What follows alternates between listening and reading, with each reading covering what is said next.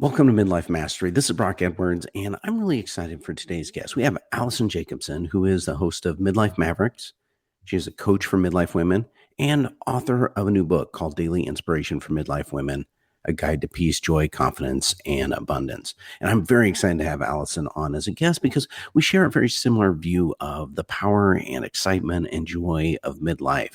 And so in this conversation, we discuss getting past self-doubt, taking on new challenges. So she uses the example of when she ran her first marathon at 58 and publishing her book. We talk about living confidently, reconnecting with who we used to be before life got in the way and we kind of forgot who that person was.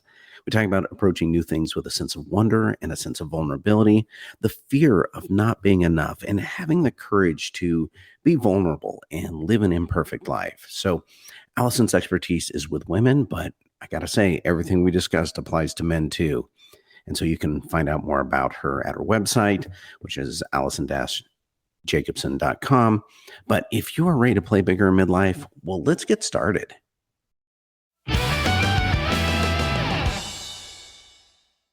All right. So Alison, thank you for being on Midlife Mastery. Excited to have you on because there's just a lot of great parallels between what we're doing here. And you've got at least three things going on. So a coach, an author, a podcaster. So give us a little bit of details around what is your focus? How do you introduce yourself to people? Thank you, Brock. So my elevator speech is, I am here to get midlife women past their self-doubt and fear so that they can live lives confidently and courageously in the second chapter. And that's what it's all about, right? Remembering who you were when you were in your 20s and your 30s. And then you took on the role of wife and mom and caregiver. And maybe you left your job and all of those dreams that you had. I'm there to help you remember them and say it's still possible and get past that self-doubt, get past those limiting beliefs because you can live lives that are just awesome. All right. So I love that message. You know, longtime listeners know that echoes a lot of what we talk about here of just, I think a lot of people go through this. You start living life, you get the mortgage and the minivan or SUV or whatever, and you're dealing with kids, raising kids, they get all your focus, and maybe you've got some hobbies or whatever, but a lot of times dreams get kind of pushed aside or replaced or forgotten. And yet one of the things I really like about midlife is you're kind of at that stage where maybe the kids are out of the house or starting to get out of the house. You might have a little bit more time. Dynamics change and you're not building a career, you're solidly into your career now. And then I think a lot of people have this sense of, I don't know if loss is the right word, but just who am I now, I guess, is more of it. So I just want to ask, how do we start finding that, reconnecting with either who we used to be before we forgot or who we want to be now that we have this chance? Well, it is that searching, right? And I think that, and I see this so much. So my youngest is a senior in high school and she's going off, and I'm totally excited for her and I'm excited for me because this brings a new chapter to my life. But I see so many women online who are so upset that their child is leaving and they're not going to be around. And it's like, no, this is what is supposed to happen in life, right? You're supposed to launch them and then it's supposed to be your time. And I think that people come up short. It happens so quickly. And all of a sudden they're staring it in the mirror and saying, oh my gosh, now what about me? And one of the things I talk to my clients about is that wonderment that needs to come back, right? That when you were a kid of, I could do anything I want. I could be a model. I could be an astronaut. What is that what if? What is that dream you want to have? And I think, it's sad and it's telling that very often people can tell you what they don't want in life, but when you stop and ask them, what would make you happy? They're not sure. And you can't get what you don't know you want. So, we really have to start off with, what is that perfect life for you? Where do you see yourself? Do you see yourself in the mountains? Do you see yourself at the beach? What do you want out of life? And then let's start going after it. And I think for so many women, they left their careers to be mom. And now they're saying, well, what can I do? I don't have any skills. Well, I'm sorry, but being a mom is so many careers wrapped up in one. You absolutely can do that. So it's bringing back that sense of wonder, that sense of what if, what is the possibility, and dreaming and having fun about it. Well, I think that is a tough question for a lot of people. What do you want to do? In some case, we may have never thought through it, or life shifted before we got too far into thinking about it and haven't thought about it for, a couple decades. And then I wonder, are there others who are almost even afraid to think about what they want, to vocalize what they want? Oh my God, 100%. So, a lot of the women I work with, they're in marriages they're not necessarily happy with, but they are so attached because they're afraid of, one, I'm too old to meet someone. Two, I'm too old to go back to work. I don't have the skills, and they feel trapped. They feel absolutely trapped that they don't have what it takes to survive on their own. And that's one of the things we work on, is just dispelling those limiting beliefs that you are a powerful, confident, strong woman. You can manage your finances on your own. You don't need your husband to do it. You can have a job. These are all these things you can do. But you're right. I mean, a lot of people are willing to live these lives of quiet desperation and stay in a relationship that's no longer making them happy. And that doesn't do anyone any good. Well, at this life stage, at least speaking for myself, something that I never really had before was a sense of mortality. And, the end is not near. I get that. But when I was in my 20s and 30s, life was infinite. I could take risks and do things and recover. And now at this age, well, there's just less time to recover. And especially if I want to retire or anything like that. So on one hand, time feels really short. But on the other hand, like, I'm 52. In this world, 72 is still young. I've got a good 20 years before I even really start thinking about slowing down. And I've had guests on who are planning to hit 100. And which, when you think about it, so another 50 years, that's like, a couple of careers worth ahead of me, ahead of anyone in this age group. And so I guess I understand the sense of, I don't want to take a risk, but on the other hand, there's still a lot of life to be lived if you're not living the life you want to live. Right. I mean, it's the why the hell not? So before we went on, I told you last year I ran the New York City Marathon. Now, I'm not a runner. I never ran in my life. I could run barely a mile, but I've gone to the marathon. I live in New York City. It's really cool.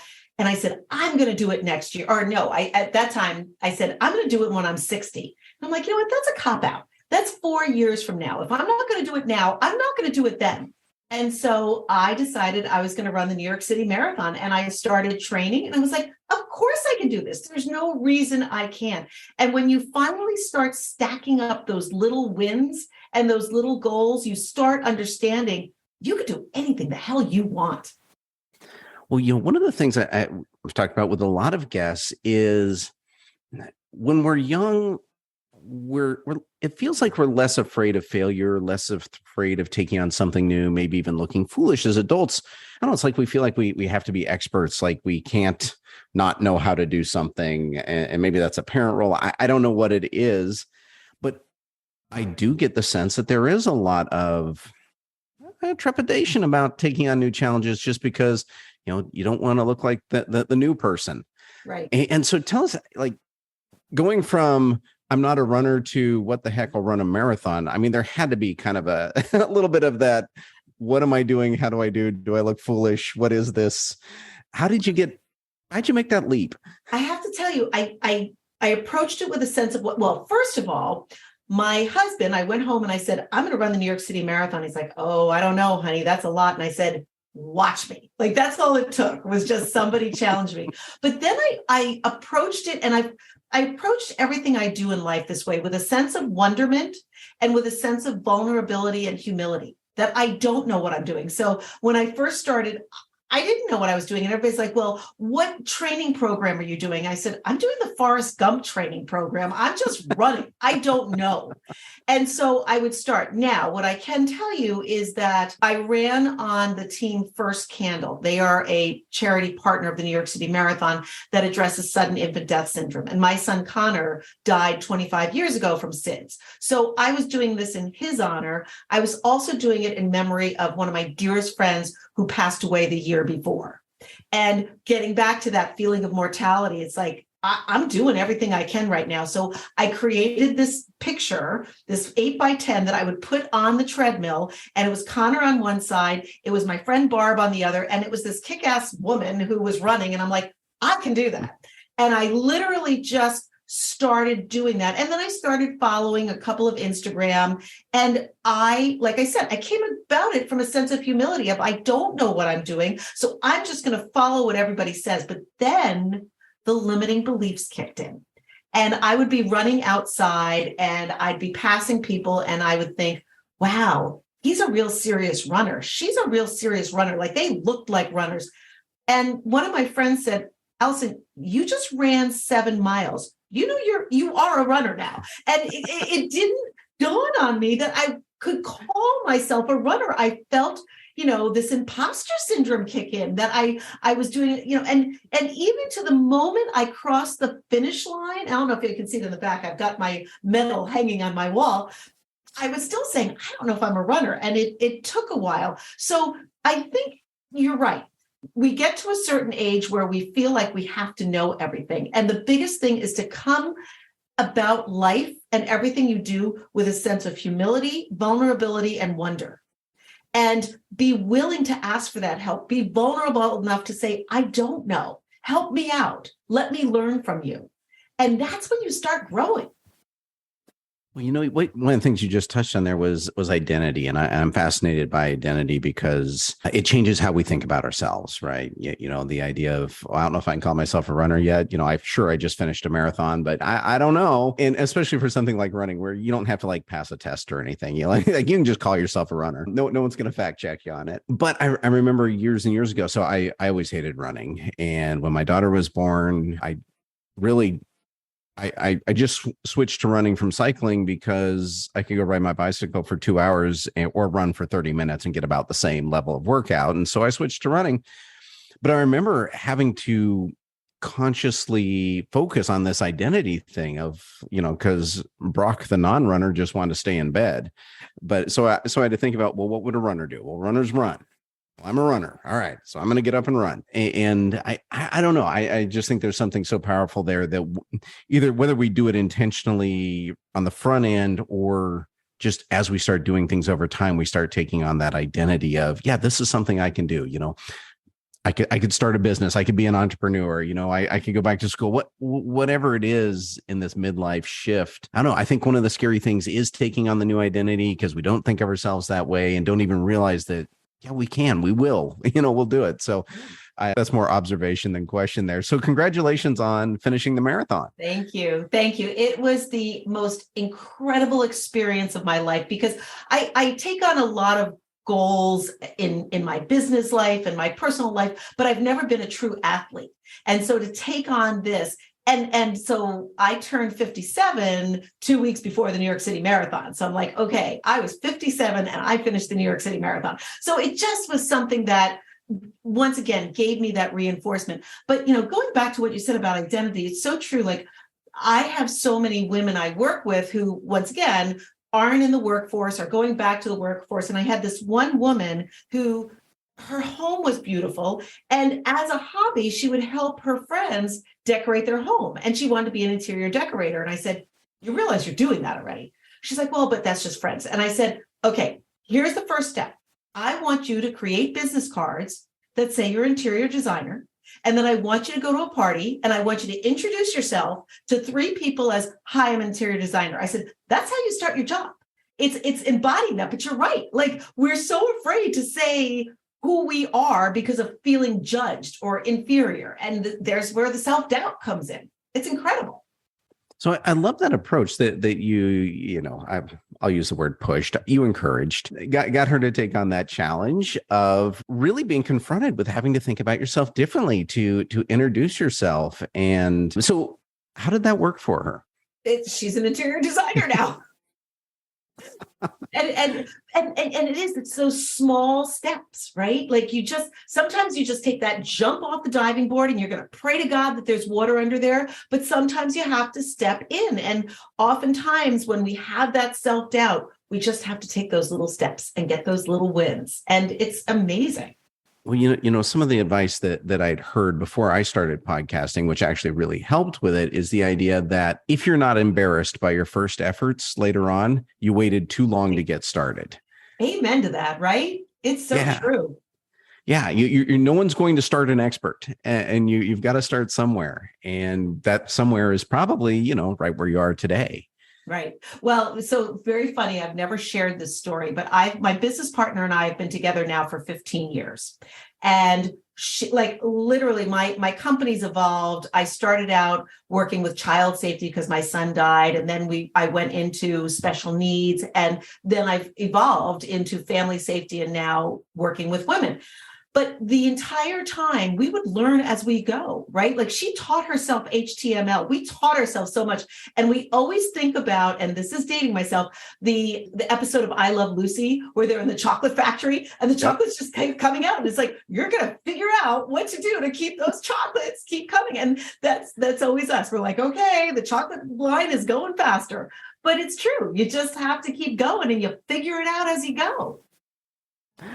Well, so you just had a book come out few months ago, and now I didn't ask yet, but first time author. So first time the book's come out. First time author. So the book is Daily Inspirations for Midlife Women: A Guide to Peace, Joy, Confidence, and Abundance. And it is available on Amazon. And there's another book in me, but this was the first one to come out because this is just basically a collection of probably, I'd say 85% original quotes of me that I have just to motivate women, inspire women every time they wake up in the morning, and then probably 15% of other quotes out there. But, especially for women, it's so hard for us, Brock, when we wake up in the morning and we look in that mirror and think, I'm not enough, whether that is emotionally, spiritually, physically, whatever that is. And it's so hard for us to believe in midlife we still are enough. And so that's why I wrote this. Every time I would put out a quote on Instagram, I'd have people saying to me, thank you. I needed to hear that this morning. And so often we don't get that in our personal lives. So this book was for me as a gift to women in midlife to say, you're rocking. You are awesome. And so that's why I wrote it. So I love that. What is the fear? And I know it doesn't apply to everyone, but you mentioned the feeling of not being enough. What's the underlying fear there? Oh, God. And you know what? I think so much of it has to do with social media and just in general, the world of women being forgotten. I mean, look, men have it too, but in politics, in entertainment, men aren't judged like women are about their looks and their appearance and have they gained 10 pounds and all of that. And, if a woman is too confident, then she's a bitch or she's shrill. And so whatever we do, it feels like we're not doing it the way it's supposed to be done. And then that is amplified on social media when everybody's curating their perfect vacations and their perfect kids. I have a dear friend right now whose daughter is struggling mightily. And she feels like she did something wrong because she sees all these other women online talking about their kids getting into these great colleges. And so we are bombarded with the notion that we are not enough. We haven't done enough. We haven't accomplished enough. And oh my God, I screwed up my life and my kids' lives. And that's where the fear comes in for women, that we are not enough. So many questions. Sorry. I'm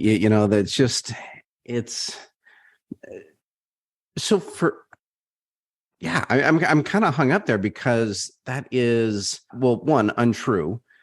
And yet it is what's being faced.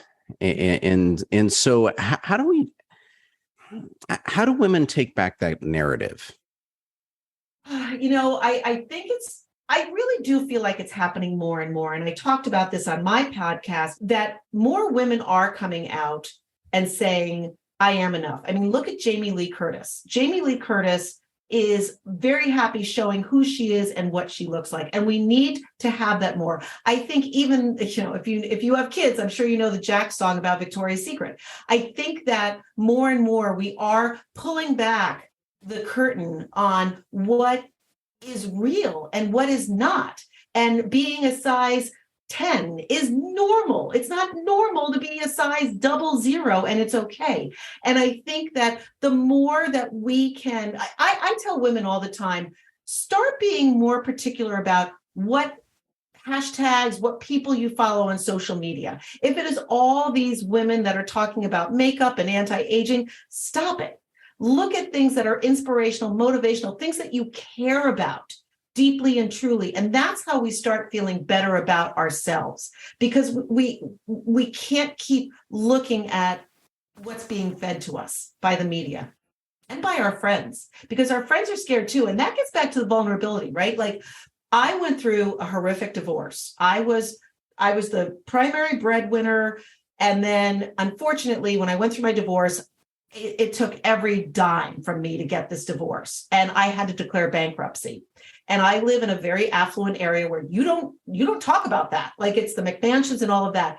And at some point I was like, screw it.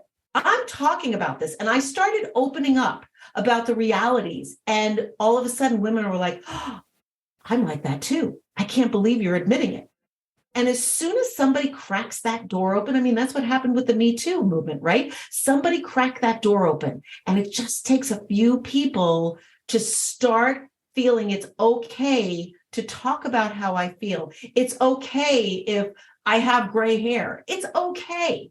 We can be okay together, but it takes that collective thought and action.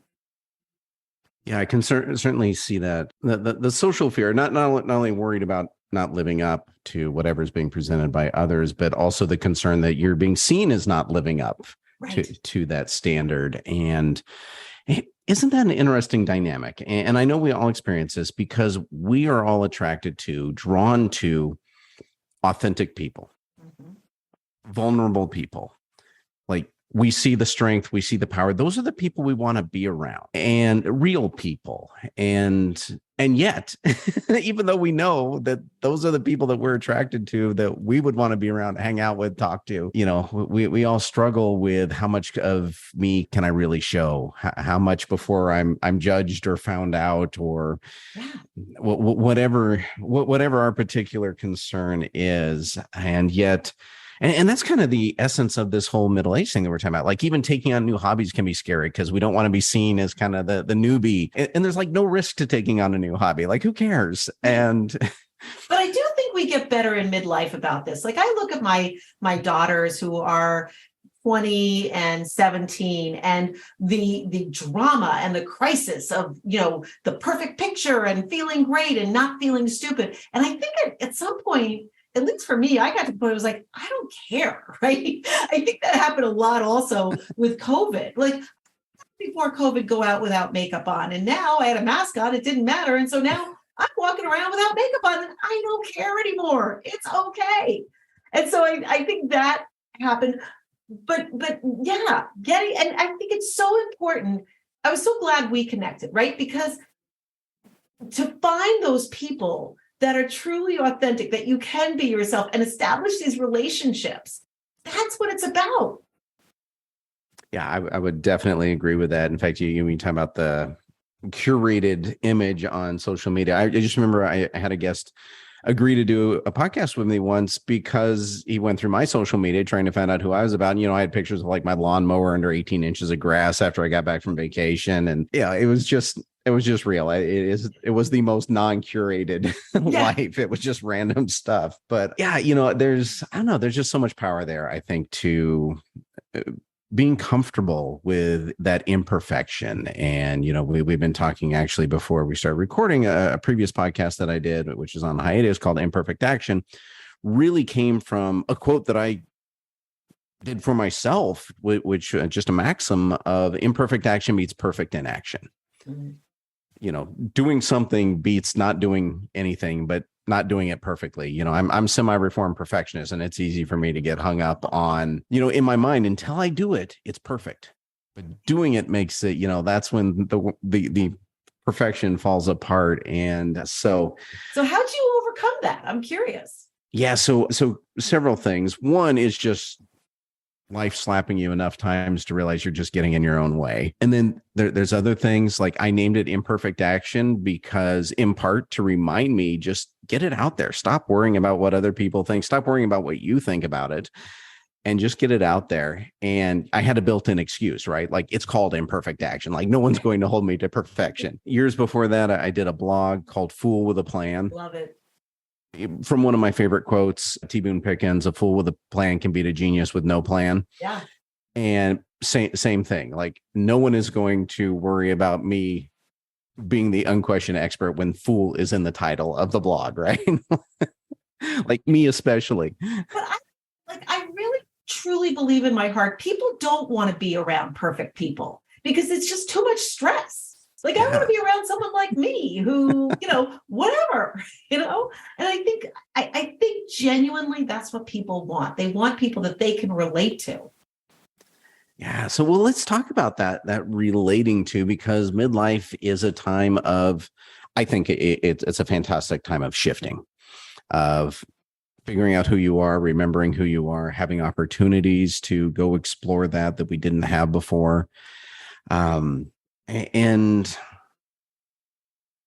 yeah, just that I don't know, that chance to play and be silly and not take yourself too seriously and take on those new challenges. And I realize there's not a question mark at the end of this, Alison, but well, but that's interesting that you say that. So I every week do a club, kind of a get together. I'm learning what Clubhouse is, and a friend of mine asked me to come on. And this morning we talked about the importance of play. So it was funny that you said that. And this one woman, she's our age, she was walking at the beach and there were swings, and she went on the swings. And, her teenage daughter was like, what are you doing? But, she's like, I want to go on. She wants to go rollerblading. Like, that's it, right? I think we take ourselves so seriously, we forget how to play. And that's what I want to get back to in midlife. That's what it's about, is just having fun. Well, and how hard is that? Like, we forget how to do that, but just how hard is it to just like, hey, go on the swings, be silly, right, skip across the parking lot? I don't know what it is, but just whatever it is in that moment. And I kind of suspect that's why I don't have grandkids yet, but I suspect that's why they're awesome, because you get to go play with little kids, and no one judges you if you're being silly with a little kid, right? Exactly. That's why I like to borrow my friends up the street. They're 5 and 3, and it's perfect. Yeah. Like, I get my kid fix, they go back. It's wonderful. I know this has been in many ways a lighthearted conversation, but we've covered authenticity, vulnerability, kind of stretching ourselves, taking on new identities, and now play, joy. And so I guess and I know every client you have is different. Everyone that you interact with is different, but what are some themes that you were seeing that are ideas that help people get to that point where they can take on that challenge and play and not worry and take themselves so seriously? Well, I think, like I said, the one of the biggest things, and one of my main courses is called Shut the Fear Up, because it is getting past that fear. And there's a couple of things I always tell my clients about that. First of all, write down your fear. I mean, how many times do you lay awake in the middle of the night thinking about one thing, and all of a sudden it just gets bigger and bigger and bigger in your head? And then it just becomes all consuming. And when you get it down on a piece of paper, it certainly helps put it in perspective. But then it's also figuring out what I call the if so, then what, right? Honestly, you may not believe this, but there are many women who are going through a divorce who they are scared to death they're going to end up homeless on the street. They really have that fear. And so we work through, okay, if you run out of money, what are you going to do? And what I try to show them is there's always a plan. It's always figure outable. And so when you calm down that fear and you can start looking at it from a pragmatic place, it becomes a lot easier. And then once that happens, Then you can start imagining what if. Let's put the fear aside, and now let's start imagining what's next in your life. What is possible? What is attainable? And, look, I do have clients that are going through abusive situations, and there's a lot more to that of dealing with personal boundaries and getting past that true physical fear, quite frankly. But once you've been able to compartmentalize that and not make it so all-consuming, it allows the other side of your brain to start thinking forward. What do I want to come next? What options are opening up for me? And as soon as you can start dreaming again, life happens. It is interesting. So you mentioned just like writing it down, because I can think of times where, I get something all worked up in my head and it's looping around and it's the biggest problem ever. And then either writing it down or just trying to explain it to someone. And then it comes out and I realize that it's not really that big of a deal, even though I just spent 6 hours in the middle of the night worrying about it. Exactly. That there is something about getting it out of your head, you breaking out of that kind of doom loop we get going in our brain to realize that, yes, it may be an issue, but it's a solvable issue. It's not a life-stopping issue. And so I love the phrase you mentioned of getting to the point where you can dream again, where you can kind of get past this and start thinking, well, what is it that I really want? Right. And so many people don't have the answer for that.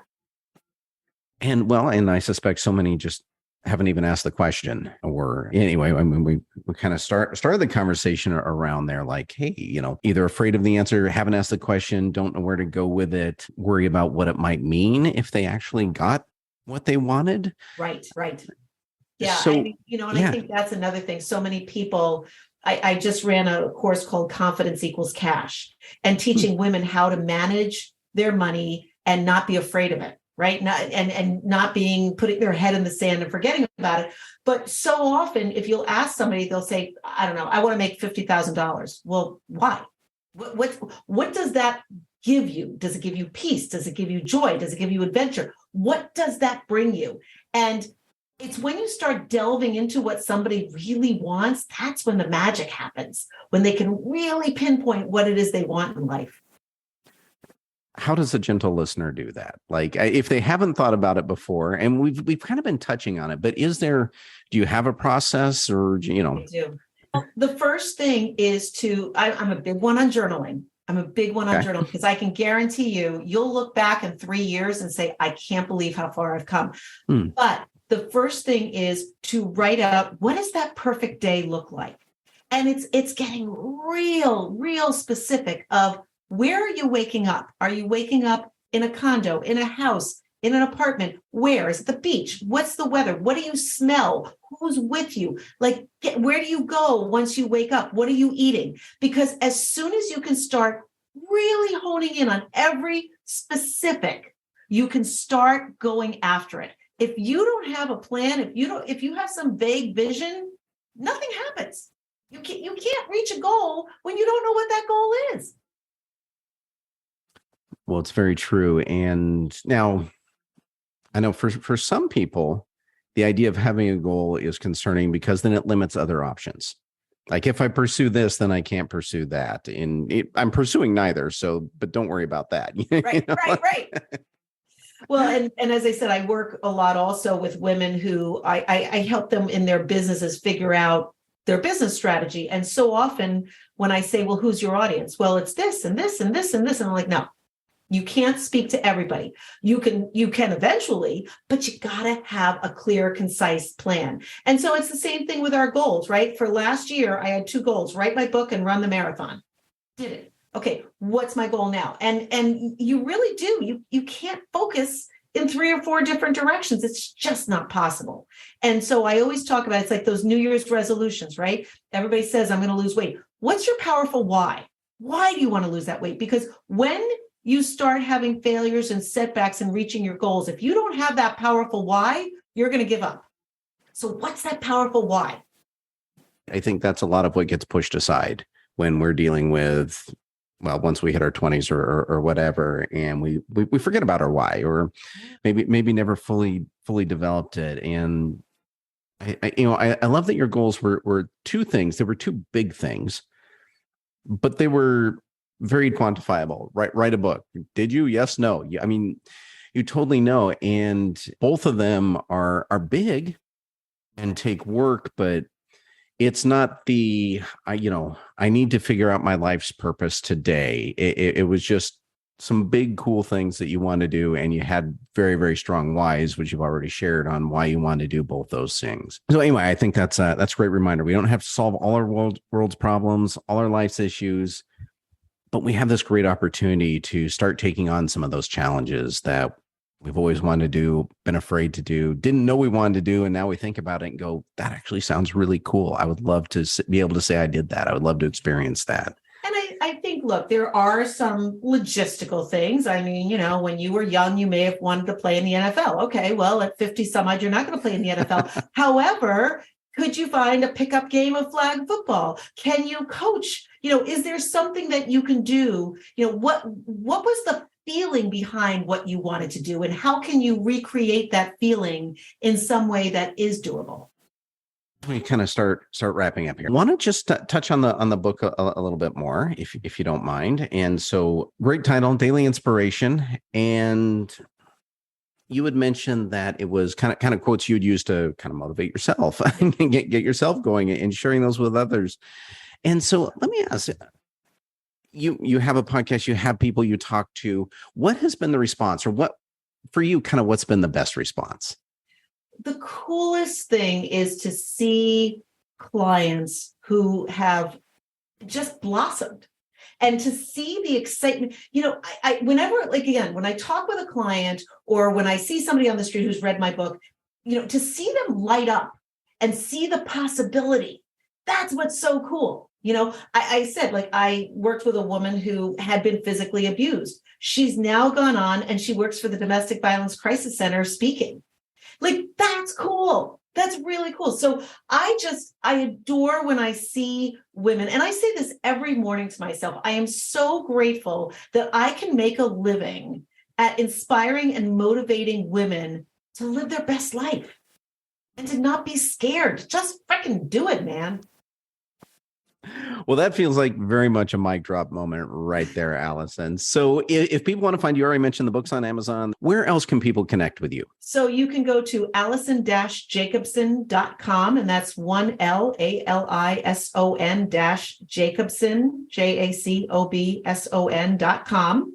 And you can find all of my resources on there. You can find me on Instagram at _Alison Jacobson. And you can join my Facebook group, if you're a woman, Midlife Mavericks, Fabulous Fierce Females. And my book right now is only available on Amazon, but we're getting into more places now. So I'm very excited. And I love having these kind of conversations. It's really cool.